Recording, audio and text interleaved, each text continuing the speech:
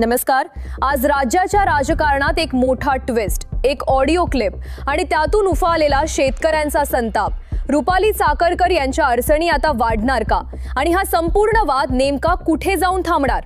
सध्या राज्यात एक कथित ऑडिओ क्लिप प्रचंड वेगाने व्हायरल होत आहे आणि या ऑडिओ क्लिपमुळे राजकीय वातावरण अक्षरशः तापलंय। या क्लिपमध्ये एक संतप्त शेतकरी थेट कृषी मंत्री दत्ता भरणे यांच्या पीएला फोन करून आपला संताप व्यक्त करताना ऐकू येतो आणि त्याचे शब्द ऐकून परिस्थिती किती गंभीर आहे याची जाणीव होते। पण इथे एक महत्त्वाची गोष्ट, या ऑडिओ क्लिपची अधिकृत पुष्टी अद्याप झालेली नाही। पुढे जाण्याआधी एक विनंती करेन, तुम्हाला आमचे व्हिडिओ आवडत असतील पण अजून तुम्ही चॅनलला सबस्क्राइब केला नसेल तर चॅनलला लगेच सबस्क्राइब करून घ्या। गेल्या काही दिवसांपासून अशोक खरात प्रकरणामुळे राज्यात मोठा वाद निर्माण झालाय। अंधश्रद्धा आणि भोंदूगिरीच्या आरोपांमुळे हे प्रकरण चर्चेत आलं आणि त्यात राष्ट्रवादी काँग्रेसच्या नेत्या रुपाली चाकणकर यांचं नाव जोडले गेलं। विरोधकांनी या मुद्द्यावरून जोरदार टीका सुरू केली आणि आता या प्रकरणाची SIT चौकशीही सुरू आहे। इतकंच नाही, अशोक खरात यांच्या संपत्तीची तपासणीही केली जात असल्याची माहिती समोर येत आहे।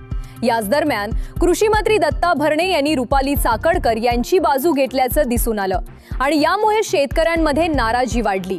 कारण एकीकडे राज्यात अवकाळी पावसामुळे शेतकऱ्यांचं मोठं नुकसान झालंय तर दुसरीकडे मंत्री अशा वादात अडकलेत। हीच गोष्ट अनेक शेतकऱ्यांना खटकते। आता या संपूर्ण प्रकरणात सर्वात मोठं वळण आलं ते या कथित ऑडिओ क्लिपमुळे। या क्लिपमध्ये काय आहे ते आपण थोडक्यात समजून घेऊया। फोनवर शेतकरी म्हणतो, साहेबांना सांगा रुपाली चाकणकरांची वकिली बंद करा आणि राज्यात जे अवकाळीचं संकट आलंय त्याकडे लक्ष द्या।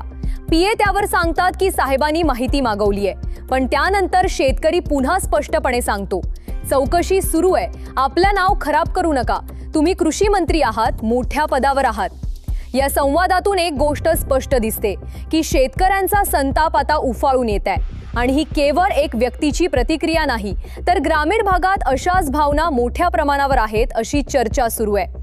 दरम्यान या प्रकरणावरून रुपाली चाकणकर यांच्या राजीनाम्याची मागणीही जोर धरू लागली आहे। काही सूत्रांच्या माहितीनुसार पक्ष नेतृत्व देखील या प्रकरणामुळे नाराज असल्याची चर्चा आहे। मात्र याबाबत अधिकृतपणे कोणतंही स्पष्ट विधान समोर आलेलं नाही। आणखी एक महत्त्वाची गोष्ट, सध्या सुरू असलेली SIT चौकशी अत्यंत महत्त्वाची मानली जाते। तोपर्यंत अशाच महत्त्वाच्या बातम्यांसाठी चॅनलला सबस्क्राइब करा। पुन्हा भेटू एका नवीन अपडेटसह। धन्यवाद।